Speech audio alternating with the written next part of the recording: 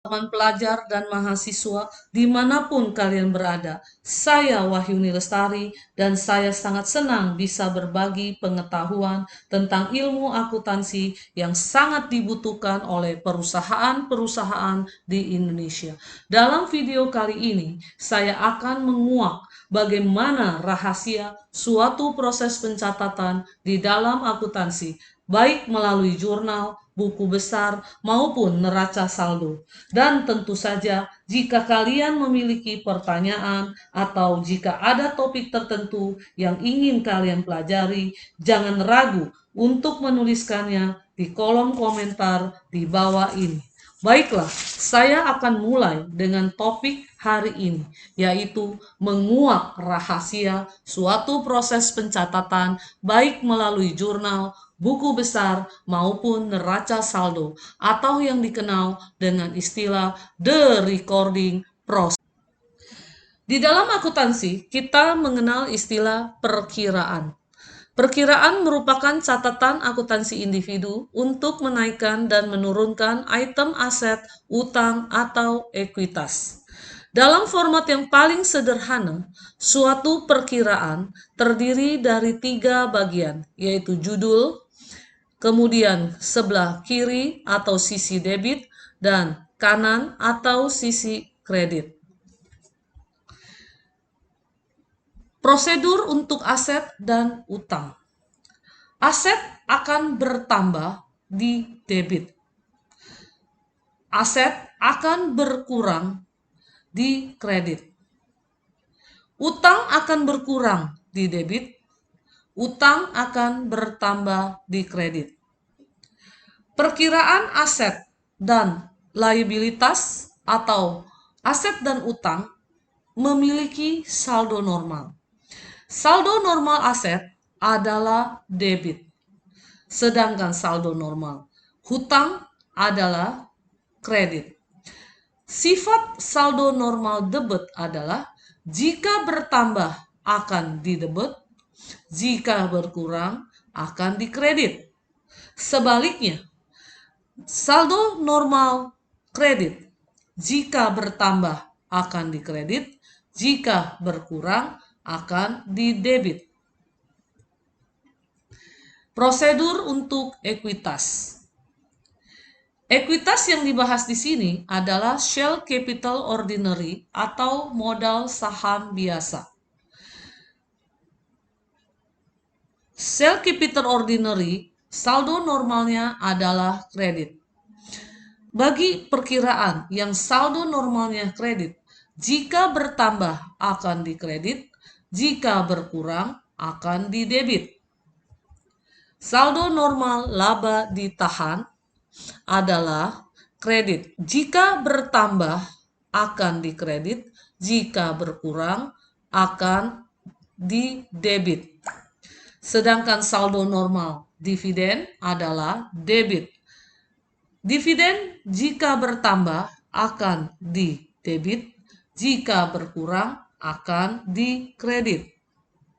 Prosedur untuk revenue dan expenses atau pendapatan dan beban. Revenue saldo normalnya adalah kredit. Perkiraan yang memiliki saldo normal kredit, jika bertambah akan dikredit, jika berkurang akan didebit. Sedangkan expenses, saldo normalnya adalah debit. Perkiraan expenses, jika bertambah akan didebit, jika berkurang akan dikredit. Sekarang kita perhatikan slide ini, yaitu menggambarkan hubungan antara ekuitas. Di dalam income statement atau laporan laba rugi, kita hasil akhirnya adalah net income atau net loss. Nilai net income atau net loss ini akan dibawa ke laporan return earning statement atau laporan laba ditahan. Rumus untuk menyusun laporan laba ditahan adalah saldo awal laba ditahan ditambah net income yang diperoleh dari income statement dikurangi dividen sama dengan saldo akhir laba ditahan. Kemudian, saldo akhir laba ditahan akan dibawa ke laporan Statement of Financial Position atau laporan posisi keuangan perusahaan, yaitu laba ditahannya berasal dari laporan laba ditahan atau return earning statement. Nah, ini adalah menggambarkan bagaimana hubungan antara ekuitas. Mulai dari income statement, kemudian dibawa ke return earning statement, kemudian dibawa kembali ke statement of financial position. Slide ini adalah berisi ringkasan aturan debit kredit. Jadi, ini sebetulnya sama dengan yang kita pelajari di konten YouTube pertama pada saat membahas persamaan dasar akuntansi. Cuma di sini dijelaskan sifat daripada masing-masing perkiraan. Saldo normal aset adalah debit. Semua yang saldo normal debit, jika bertambah akan didebit, jika berkurang akan dikredit. Sedangkan equity dan liabilities atau utang. Liabilities, share capital, return earning, kemudian revenue. Ya.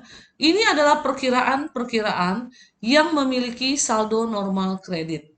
Karena dia memiliki saldo normal kredit, maka jika bertambah akan dikredit, jika berkurang akan didebit. Expenses dan dividen meskipun merupakan bagian daripada equity, tetapi saldo normalnya bukan kredit, tetapi saldo normalnya adalah debit. Oleh karena itu, expenses akan bertambah di debit dan akan berkurang di kredit. Demikian pula dengan dividen. Dividen akan bertambah di debit, akan berkurang di kredit. Kemudian kita akan belajar proses pencatatan. Di konten YouTube Persamaan Dasar Akuntansi telah dibahas tentang nomor 1, yaitu menganalisis bisnis transaksi atau transaksi bisnis. Sekarang di konten YouTube saya yang kedua, saya akan membahas tentang proses pencatatan yang warna biru tua, yaitu bagaimana melakukan pencatatan atas transaksi-transaksi. Ya, jadi proses pencatatan kalau kita lihat di gambar berikut ini, yang pertama adalah analisis bisnis transaksi atau transaksi bisnis, yang kedua adalah mencatat transaksi-transaksi tersebut ke dalam bentuk jurnal. Kemudian jurnal-jurnal yang sudah dicatat akan kita transfer atau kita posting atau kita pindah bukukan ke buku besar atau ledger. Baiklah, sekarang kita akan bahas proses pencatatan satu persatu yang akan diawali dengan jurnal. Perusahaan mencatat transaksi secara kronologis ke dalam jurnal. Jurnal memberikan beberapa kontribusi signifikan untuk proses pencatatan. Ada dua macam jurnal yang kita kenal. Ada jurnal sederhana atau single jurnal, yaitu jurnal yang hanya terdiri dari satu perkiraan debit dan satu perkiraan kredit. Sedangkan jurnal majemuk adalah jurnal yang terdiri dari 3 atau lebih perkiraan. Baiklah, kita kalau mau mempelajari akuntansi, maka kita harus melihat contoh. Contoh jurnal. Nomor 1. Pada tanggal 1 September 2023, pemegang saham PT MTC menginvestasikan uang tunai sebesar 15.000 untuk memperoleh saham perusahaan. Maka jurnalnya adalah kas bertambah di debit, modal saham atau saham biasa, share capital ordinary di kredit. Soal nomor 2, contohnya PT MTC membeli peralatan komputer secara tunai sebesar 7.000 euro. Maka peralatan komputer atau yang disebut equipment akan bertambah di debit, sedangkan cash akan berkurang di kredit. Mengapa? Kalau kita membeli peralatan komputer, kemudian dia bertambah ada di debit.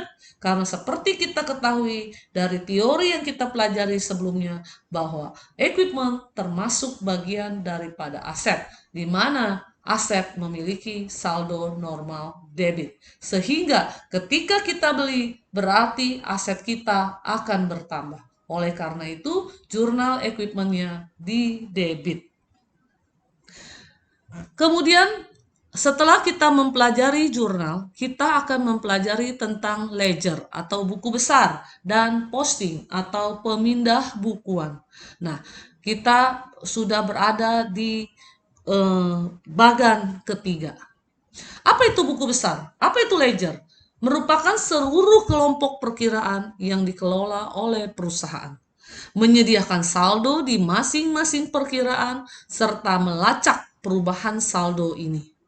Perusahaan dapat menggunakan berbagai jenis buku besar. Nah, kita perhatikan contoh buku besar. Jadi, ada individual asset, artinya aset individu, jadi ada berupa cash, ada berupa supplies, ada berupa land, ada berupa equipment. Nah, ini yang disebut buku besarnya masing-masing.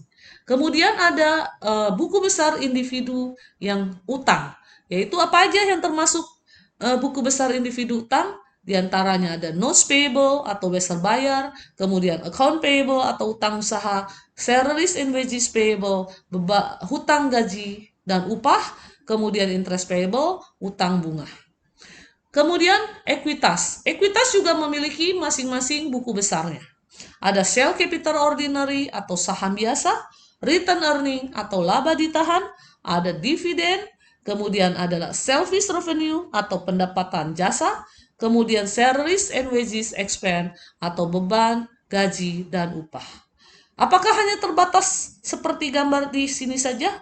Jawabannya tentu saja tidak, karena masih banyak lagi dan nggak mungkin dibahas semuanya. Oke, mari kita lihat bagaimana bentuk standar buku besar. Ini adalah contoh buku besar 3 kolom. Mengapa dikatakan buku besar 3 kolom? Karena terdiri dari 3 kolom. Kolom debit, kolom kredit, dan kolom saldo.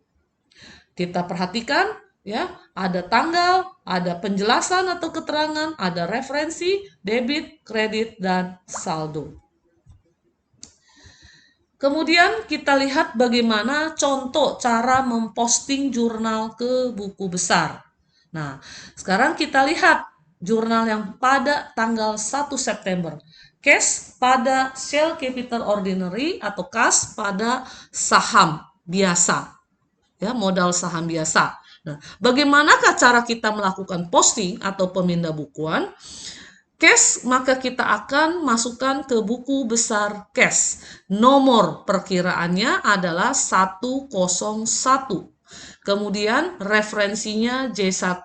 J1 artinya berasal dari jurnal 1. Ya, kita lihat di gambar. Kemudian debitnya 15.000, saldonya adalah 15.000.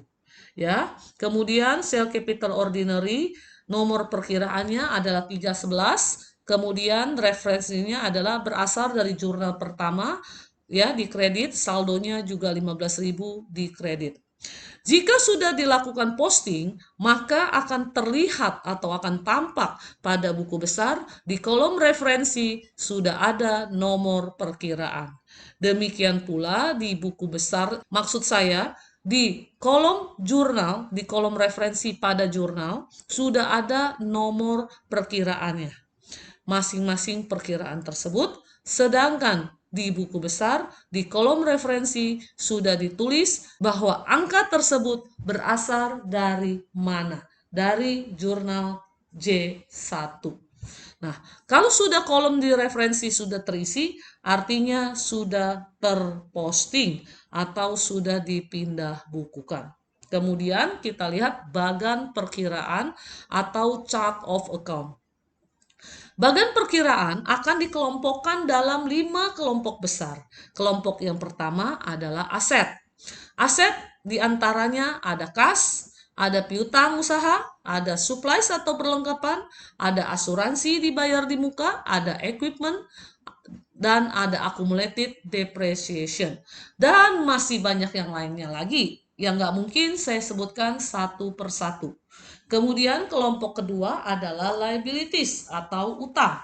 Utang diantaranya ada notes payable, kemudian account payable, utang usaha, unearned service revenue, pendapatan sewa diterima di muka, Kemudian salaries and wages payable dan interest payable. Sama dengan aset, masih banyak jenis utang yang lainnya yang tidak mungkin disebutkan semua atau dijelaskan semua dalam konten YouTube hari ini. Kelompok ketiga adalah equity atau ekuitas. Terdiri dari modal saham biasa, laba ditahan, dividen, dan income summary. Kemudian kelompok yang keempat adalah revenue. Kebetulan karena kita sedang membahas pendapatan jasa, perusahaan jasa, maka pendapatannya hanya pendapatan jasa. Kemudian expenses, macam-macam beban-beban. Ada supplies expense, ada depreciation expense, ada insurance expense, ada salaries and wages expense, ada rent expense, ada utilities expense, dan interest expense. Dan masih banyak lagi expense lainnya. Baiklah. Tadi kita baru belajar contoh jurnal hanya 2. Sekarang kita akan belajar lagi contoh proses pencatatan yang lainnya ya secara lengkap. Contoh misalnya jurnal tentang investasi kas. Pada 1 Oktober Yasisi menginvestasikan 10.000 secara tunai ke dalam perusahaan periklanan, advertising. Nah, kalau di chapter 1 atau di konten YouTube yang pertama tentang persamaan dasar akuntansi, itu kelihatan aset berupa kas bertambah, kemudian ekuitasnya bertambah dalam bentuk share capital atau saham biasa. Ya. Nah, kemudian kalau dalam konten YouTube kali ini belajar tentang jurnal, maka jurnalnya adalah cash di debit bertambah sebesar 10.000, share capital ordinary atau modal saham biasa bertambah di kredit sebesar 10.000. Nah, kemudian di kolom referensi sudah ada angkanya, artinya sudah diposting. Cuma kalau kita perhatikan buku besar di sini, buku besar kas dan share capital ordinary, kok beda ya dengan yang tadi? Ya, beda bentuknya. Yang tadi adalah bentuk 3 kolom. Kalau yang sekarang namanya bentuk key account atau bentuk T. Ini adalah bentuk yang paling sederhana. Baik, kita lanjut dengan jurnal pembelian peralatan kantor. Ya. Untuk yang persamaan dasar akuntansi, saya tidak akan membahas kembali karena sudah dibahas di konten YouTube yang pertama. Jadi saya hanya akan fokus pada proses pencatatannya. Ketika kita membeli peralatan kantor, maka equipment kita akan bertambah. Equipment bertambah di debit karena equipment adalah bagian daripada aset yang memiliki saldo normal debit. Kemudian belinya secara utang. Utangnya dengan menerbitkan wesel bayar. Artinya ada janji tertulis bahwa kita akan membayar di kemudian hari. Oleh karena itu, notes payable akan bertambah di kredit sebesar 5.000. Ya, kemudian proses posting.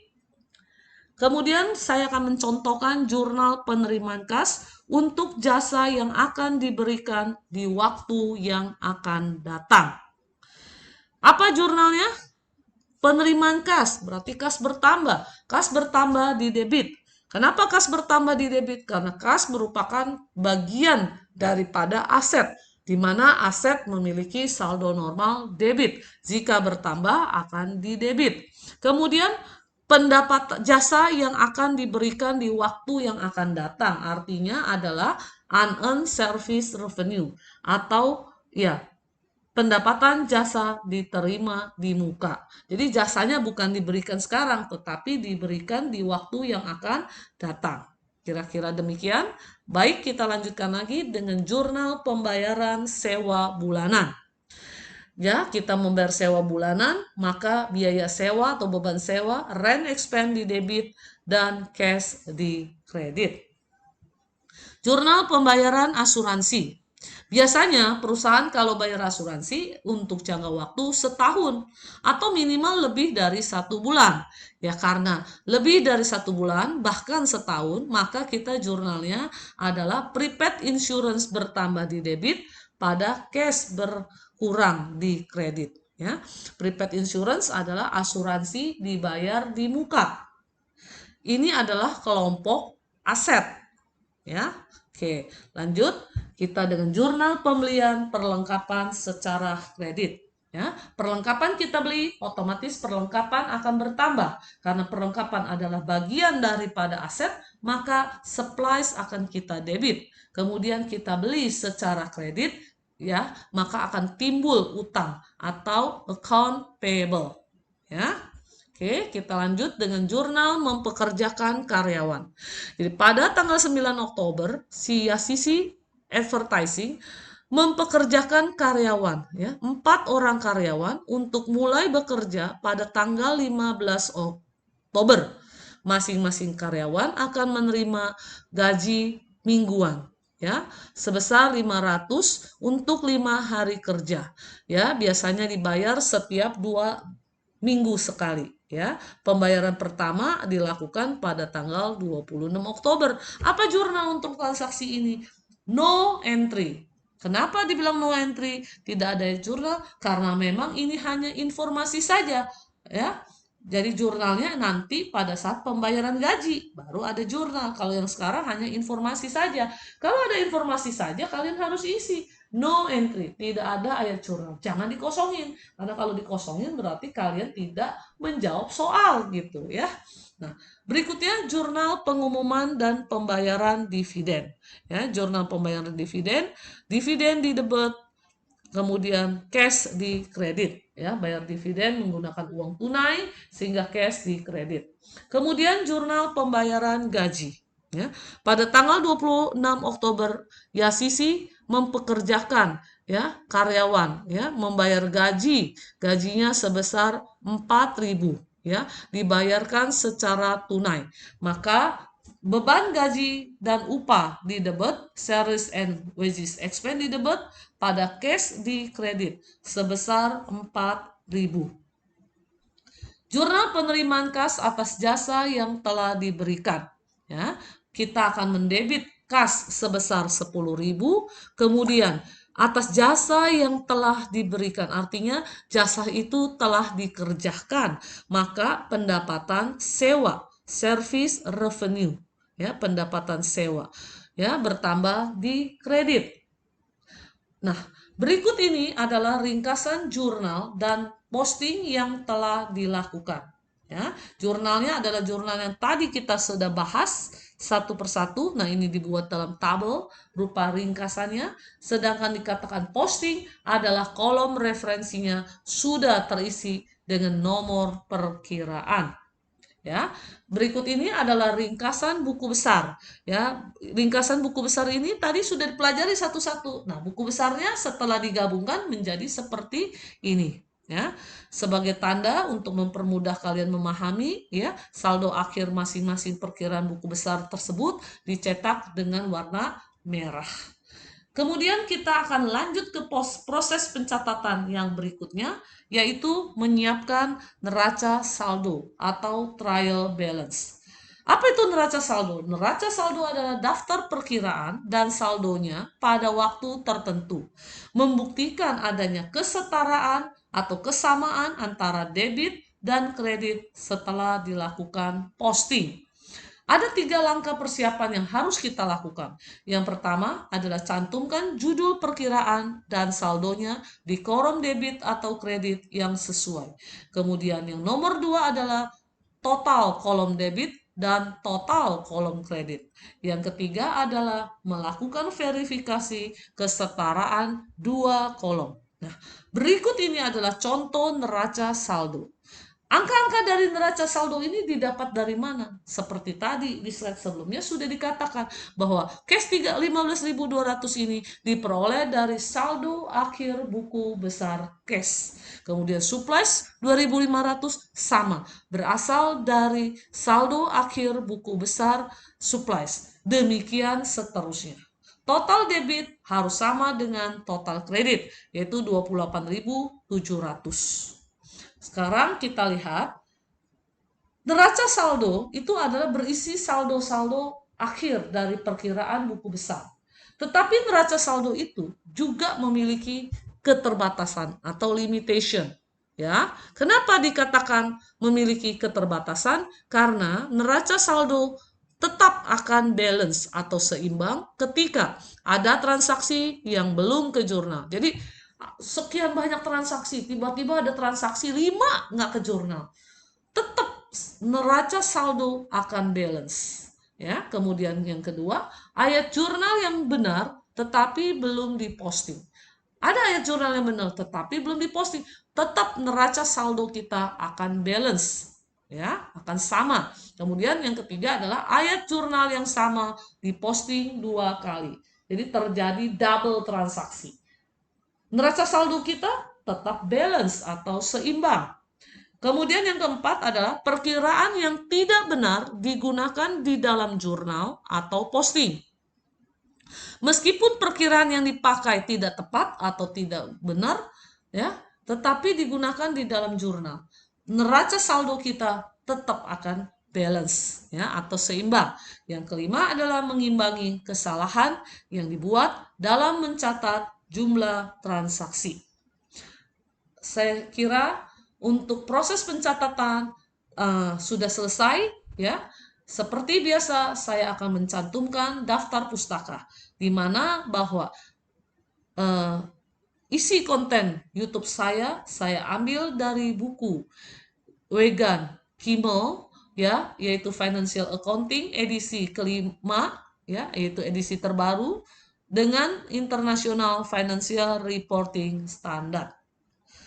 Jika kalian merasa mendapatkan manfaat dari konten YouTube ini, maka tolong bantu saya untuk melakukan subscribe, like, dan share agar semakin banyak orang yang bisa ikut merasakan manfaat dari konten ini. Terima kasih. Sampai jumpa di konten YouTube berikutnya.